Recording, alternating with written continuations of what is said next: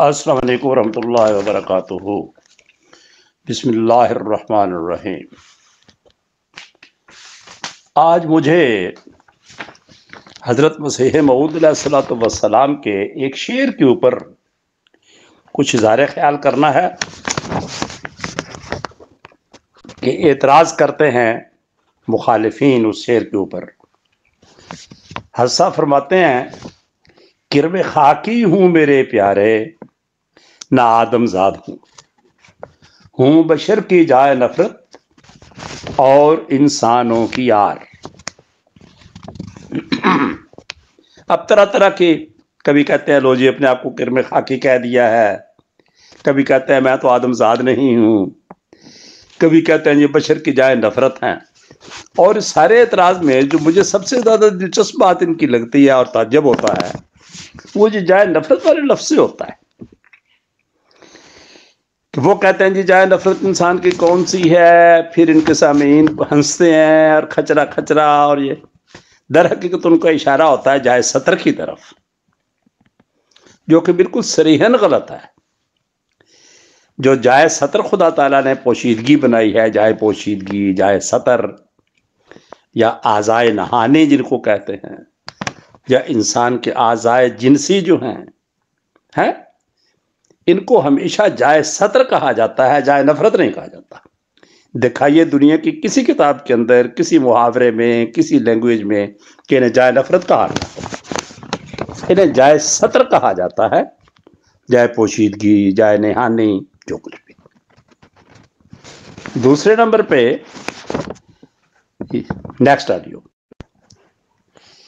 جی، دوسرے نمبر پہ میں عرض کر رہا تھا کہ یہ شعر ہے کس نظم کا، ذرا یہ دیکھنا بھی ضروری ہے۔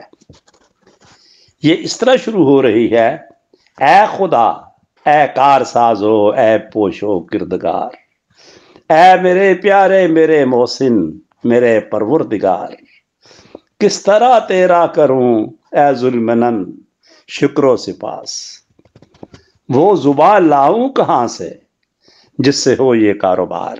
اندازہ کریں، یہ خدا تعالیٰ کے حضور مناجات ہے۔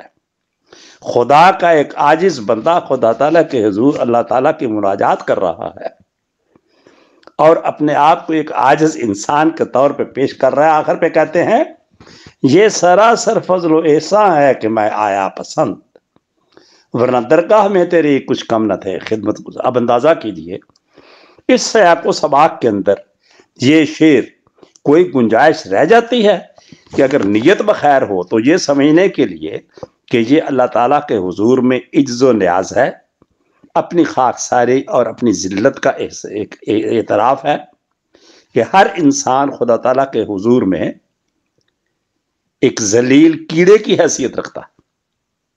دیکھیے خود خدا تعالیٰ نے کیا فرمایا ہے، انسان کی پیدائش کے متعلق اللہ تعالیٰ کیا فرماتا ہے، من ای شیء خلقہ فقدرہ، کہ آخر کس چیز سے تم پیدا کیے گئے ہو۔ پھر خود خدا جواب دیتا ہے، من نطفۃ، نطفہ سے، جس کے اندر لاکھوں کہتے ہیں کیڑے ہوتے ہیں ایک قطرے کے اندر۔ پھر قرآن حکیم کی دوسری آیت میں یہی مضمون اس طرح بیان فرمایا، اولم یری الانسان انا خلقناہ من نطفۃ فاذا هو خصیم مبین، کہ انسان پیدا کس چیز کی ہوا ہے، دیکھتا نہیں ہے، ایک نطفے سے تو بھائی تم پیدا ہوئے ہو اور جھگڑے کتنے کرتے ہو، خصیم و مبین بنے پھرتے ہو۔ Next audio. پھر ایک اور آیت کے اندر اللہ تعالیٰ انسان کو مخاطب کر کے فرماتا ہے، الم نخلقکم من ماء مہین، کیا ہم نے تجھے ایک حقیر پانی سے نہیں پیدا کیا، ماء مہین۔ دوسری آیت میں کہا ثم جعل نسلہ من سلالۃ من ماء مہین، کہ پھر ہم نے انسان کی نسل چلائی ایک حقیر پانی کی نچوڑ سے۔ وہ حقیر پانی کیا ہے، نطفہ۔ تو اب بتائیے اس کے اندر کرم خاکی ہوتے ہیں، کوئی نہیں ہوتے؟ کتنے کرم ہوتے ہیں، گن سکتے ہیں؟ ان میں سے ایک کرم انسان ہوتا ہے۔ بولیے، خدا تعالیٰ ہے کہ فقدرہ، پھر اس کو اس نے اپنی تقدیر کے تحت اس کو سنوارا، درست کیا، انسان بنایا۔ اب آ جائیے حدیث کی طرف۔ حدیث ہے جی، عوارف المعارف کے حوالے سے وہ کہتے ہیں کہ ہمیں یہ حدیث پہنچی ہے، وہ بزرگ کہتے ہیں کہ حضرت صلی اللہ علیہ وسلم نے فرمایا انسان کا ایمان کامل نہیں ہوتا جب تک کہ تمام لوگ اس کے نزدیک اونٹ کی مینگنیوں کی طرح نہ ہو جائیں، یعنی کسی نفع نقصان کا مالک کسی کو نہ سمجھے۔ یہ میں پڑھ رہا ہوں تقویت الایمان سے، شاہ اسماعیل شہید رحمۃ اللہ علیہ نے یہ کوٹ کیا۔ اب بتائیے اونٹ کی مینگنی کے اندر کتنے کیڑے ہوتے ہیں؟ حضرت فرماتے ہیں تو ان کی طرح مانو اپنے آپ کو۔ بتائیے کیا رہ گیا پیچھے؟ نظام الدین اولیاء رحمۃ اللہ علیہ بھی اپنے ملفوظات میں اسی کا ذکر کرتے ہیں، کہتے ہیں کہ ایمان کامل نہیں ہوتا جب تک کہ اس کے سامنے تمام خلقت ایسے دکھائی نہ دے جیسے اونٹ کی مینگنی۔ تو بولیے سب سے پہلے وہ اپنے آپ کو سمجھے گا تو دوسروں کو یہ سمجھے گا نا۔ اب اونٹ کی مینگنی میں کتنے کرم خاکی ہوتے ہیں؟ یہ تو جواب ہو گیا کرم خاکی کا، جائے نفرت کا بھی ہو گیا، کرم خاکی کا بھی ہو گیا کہ ہر انسان کرم خاکی ہے۔ یہ جو عاجزی اور خاکساری کا مضمون ہے نبی اکرم صلی اللہ علیہ وسلم کی بہت ساری احادیث کے اندر ہے۔ میں اس کا ایک حصہ سناتا ہوں آپ کو۔ آپ فرماتے ہیں رب انی ذلیل فاعزنی و انی فقیر فارزقنی۔ پوری حدیث لمبی ہے جی، یہ کائنڈلی بیچ میں میسج نہ کریں تو بہتر رہے گا اویس صاحب، پلیز۔ جی میں کیا عرض کر رہا تھا؟ میں عرض کر رہا تھا کہ نبی اکرم صلی اللہ علیہ وسلم کی اگر آپ احادیث کو پڑھیں، طائف والی جو آپ کی دعا ہے خدا تعالیٰ کے حضور کس قدر عاجزی کی ہے، کس قدر، لیکن آخر میں فرماتے ہیں کہ میرے اللہ یہ جو کچھ مجھے ملا ہے میں ایک رسوا انسان ہو گیا ہوں۔ اپنے وہ ساری عاجزی خدا تعالیٰ کے حضور کہتے ہیں اور کہتے ہیں کہ مجھے وہ میرے اللہ اگر تو راضی ہے تو ان تکلیفوں کی مجھے کچھ پرواہ۔ یہ کیفیت ہوتی ہے، یہ ہوتا ہے مقام ان لوگوں کا جو اپنے آپ کو یہ اس عاجزی پہ لے جاتے ہیں۔ اب دیکھیے شاہ اسماعیل شہید رحمۃ اللہ علیہ ایک بات اور بھی فرماتے ہیں اس کے اندر۔ وہ کہتے ہیں کہ دیکھیے اللہ تعالیٰ جب کہتا ہے کسی کو ذلیل یا ناتوان، یا خدا کے حضور جب یہ لفظ بولے جاتے ہیں کہ میرے پیارے میں کرم خاکی ہوں، میں عاجز ہوں، انسان کی جائے نفرت ہوں، تو یہ اللہ تعالیٰ کے حضور میں ہوتے ہیں۔ یہ فرق ہے، یہ بات سمجھنے والی ہے کہ نبی اکرم صلی اللہ علیہ وسلم اپنے آپ کو کہتے ہیں انی ذلیل، خدا کے حضور، بندے کی مجال نہیں ہے کہ آپ کے لیے یہ لفظ استعمال کریں۔ لیکن شاہ صاحب کہتے ہیں کہ خدا تعالیٰ نے قرآن میں تو یہ کہا ہے کہ خلق الانسان ضعیفا، اور یہ بھی کہا کہ وَلَقَدْ نَصَرَكُمُ اللَّهُ بِبَدْرٍ وَأَنْتُمْ اذلہ، کہ بدر میں ہم نے تمہاری مدد کی، اس وقت تم کیا تھے؟ ذلیل تھے۔ اذلہ جمع ذلیل کی ہے۔ اب ہم اس کے معنی کرتے ہیں ضعیف، ناتوان، کمزور، بے سر و سامان، اور ایک معنی اس کے یہ بھی ہیں دوسروں کی نظر کے اندر سامنے بالکل حقیر۔ اور خدا کہتا ہے تمہاری یہ حالت تھی۔ خدا کہہ رہا ہے، ہماری نہیں مجال کہ ہم صحابہ کرام یا نبی اکرم صلی اللہ علیہ وسلم کے لیے تو یہ فرق ہے۔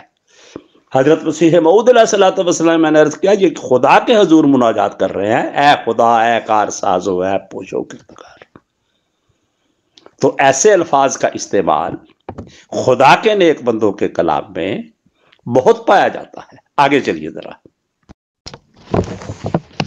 آپ ذرا ایک کتاب ہے ارواح ثلاثہ، اس کے اندر دیوبندی علماء کے حالات زندگی ہیں، حکایات ہیں،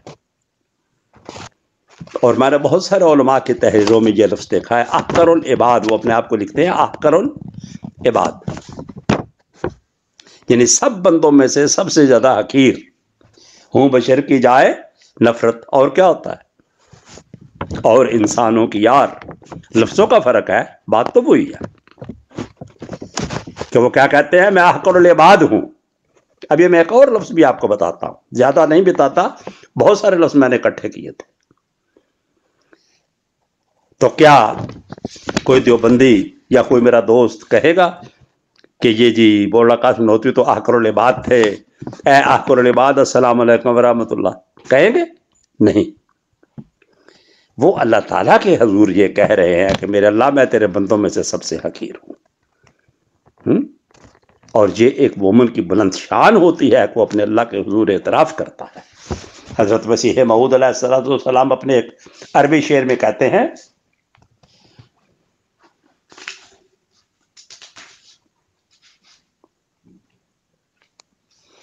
فَمَا نَحْنُ إِلَّا كَالْفَتِيلِ مُزَلَّةٌ بِأَعْيُنِهِمْ بَلْ مِنْهُ أَدْنَىٰ وَأَحْقَرُ۔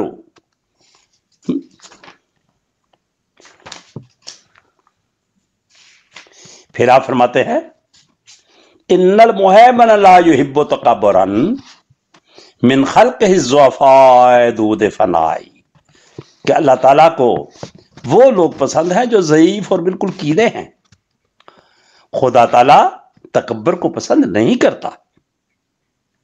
بس اسی چیز کا اس شعر کے اندر بھی اظہار ہے۔ تو یہ جو احق العباد لکھنے والے ہیں، ایک اور عالم ہیں، وہ اپنے آپ کو ننگے اسلاف لکھتے ہیں۔ ننگے اسلاف، اسلاف ہوتا ہے سلف کی جمع، یعنی میرے بزرگ، کہ میں اپنے بزرگوں کے لیے ایک ننگ ہوں، شرم کا باعث ہوں بشر کی جائے نفرت اور انسانوں کا، اسی کا ترجمہ ہے یہ ننگ۔ کچھ لکھتے ہیں ننگے اسلاف، کچھ لکھتے ہیں ننگے خلائق، کہ میں پوری خلقت کے لیے ایک ننگ ہوں اور شرم کا باعث ہوں۔ تو کیا اس کو حقیقی معنوں میں لیں گے؟ آپ نہیں لیں گے، یہی کہیں گے کہ یہ ہمارے بزرگوں نے عز اور انکساری کا اظہار کیا ہے۔ تو یہ عز اور انکساری ہے، پورے کلام کو اس کو سیاق و سباق میں پڑھنا چاہیے اور دیکھنا چاہیے۔ باقی تمسخر بھائی کس بات کا نہیں کیا جا سکتا۔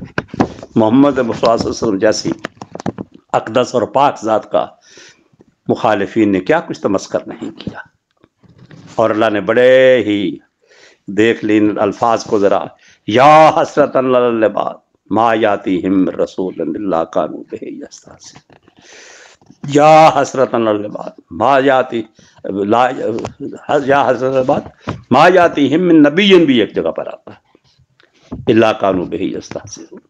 یہ استہزاء اور تمسخر کرنا کوئی کمال نہیں۔